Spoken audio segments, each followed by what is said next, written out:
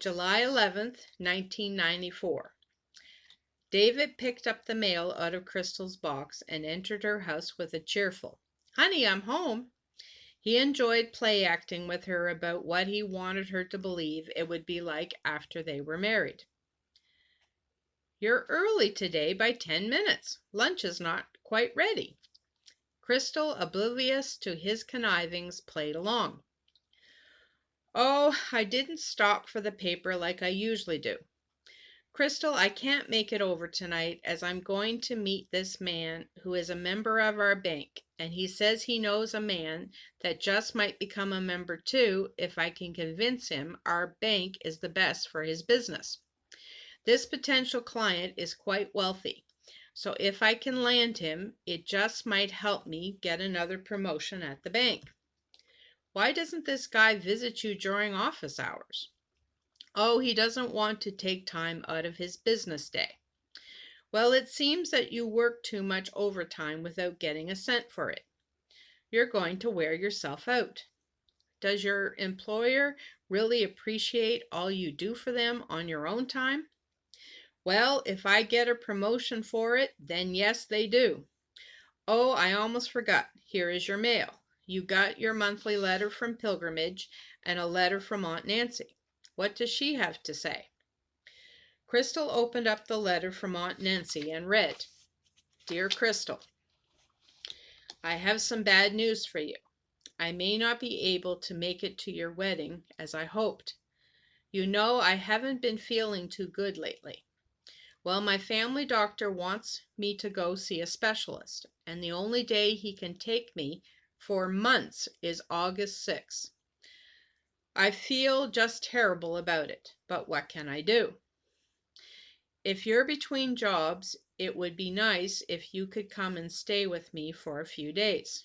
I'm kind of worried about my condition, and as you know, I'm not as young as I used to be.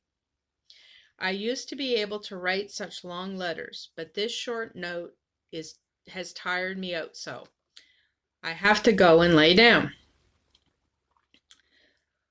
Let me know soon if you can come and visit with me. Love, Aunt Nancy." "Oh, Crystal, that's too bad. How old did you say your aunt was?" 77. "Well, you go and visit with her. Don't mind about me. I'll miss having my lunch hour and supper time with you, but I used to eat out before I met you, and I can do it again." Crystal laughed at David's way of trying to ease the tension of the situation. David was so understanding and such a dear. She knew he would indeed miss her and her home cooking. How many times had he said to her what a blessing married life was going to be? Eating out was fun for a while, but it could never compare to the fellowship of eating with someone you loved and who loved you in return and who could cook from scratch. Crystal sent David back out into the world with a cheerful wave and went back to her work. Then she opened her letter from Pilgrimage. David would not be spending the evening that night to read it with her as they usually did the day it came. Well, they could do it again. Dan and Kelly had scoffed at them by saying, "Why bother? It's just mostly old writings of a man who is dead now. It's not up to date anymore like it was when he was alive." To which David retorted, "Well, it's new to me, and truth never grows old, only better and better as time goes by." Crystal had been so proud of him for that retort. What a change the Lord had brought about in his life. She felt so blessed to have found him after being so crushed over the situation with Jasper. "David, this is an unexpected visit. What brings you here?" Hank knew that if their plan of ruining Crystal's faith was to succeed, they couldn't see one another too often to be on the safe side. But David had proved to be a very nervous recruit from the first. Hank was very understanding and patient, but he was sure he had found a true ally. But he was sure he had found a true ally in David. He hoped that David was to be the beginning of another multi-generation force like he himself was the seventh generation of believers that Christianity has got to go. I had to lie to Crystal again that I was working on my own time in order to get promoted at work. In the past, she seemed so naive, and my lies worked every time. It seemed like taking candy from a baby. This letter makes me wonder if I'm the one being fooled. David showed Hank the envelope, which had Jasper's return address of Detecting White Lies Incorporated. Don't jump the gun. I'm sure she trusts you. She has not found you doing anything that would make her suspect that you are not genuine. She may have just got this letter from someone selling her name to that agency. David was still not satisfied, for he still felt very guilty for what he had done.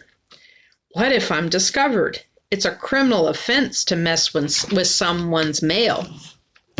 Relax, David. You are doing just fine, and don't worry about being caught. If the letter turns out to be nothing, you can use the excuse that a neighbor gave it to you and said he had gotten it in his mail and opened it by mistake. Relieved, David came back with, "You think of everything, don't you?" Well, my family has had many generations to perfect the best techniques to accomplish our ultimate goal. Now let's see what our friend the detective has to say. They opened the letter and read its contents. Dear Crystal, upon learning of your upcoming marriage to David Armstrong, I felt led of the Lord to make sure he was worthy of a girl like you.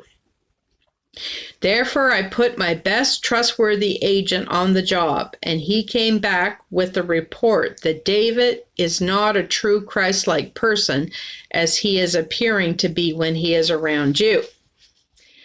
Based on our brief friendship, I know you will not like to know the following truths about your fiancé. 1. He disobeys the food laws when he is not around you. 2. He is heavily involved in a fundraiser that is put on by a liquor company in your area. This fundraiser is to take place on July 23rd. 3. He is involved with a movement that is bent on thwarting our desire to win the world to the Lord and His way. I trust that the above is sufficient for you to know that David will break your heart even more than I did. I know you have no reason to believe a hypocrite like I am, but I truly do want the Lord's best for you, and David is not it. In Christ's love, Jasper. David's momentary relief vanished instantly. Crystal must have written to him. How else would he have found out we're getting married? What am I going to do? David, do you know what connection this guy has to Crystal's past? No, not really. Crystal won't talk to me about that part of her past. All I know is Crystal was really hurt by someone, and that is why it has taken her so long to trust that I am indeed the Lord's perfect mate for her. Well, judging by the contents of this letter, it sounds like this Jasper was the man that must have hurt her. Let's use this knowledge to our advantage. What we'll do is put this letter back in its envelope, put it in another envelope, and mail it back to Noble Jasper the detective. What good will that do? It will give him the impression that Crystal read his letter, didn't believe a word it said, and this was her way of showing him by throwing it back in his face. Do you really think it will work? What if he cares so much for her that he keeps trying to convince her that he's telling the truth? Well, we'll just wait and see what Plan A does for us. If Jasper continues to try and convince her, we'll go with Plan B. Plan B? Never mind about Plan B. Let's see what Plan A unfolds. I wish I could have your confidence. Nothing seems to daunt you. Well, if you've had the personal history that I can look back on, you wouldn't get so easily discouraged. Just look at what our movement has been able to accomplish over the years. Take the theory of evolution.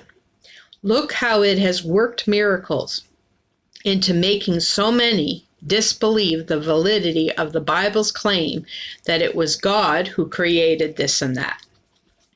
Yeah, it worked with me. When I learned that in school, I was hooked.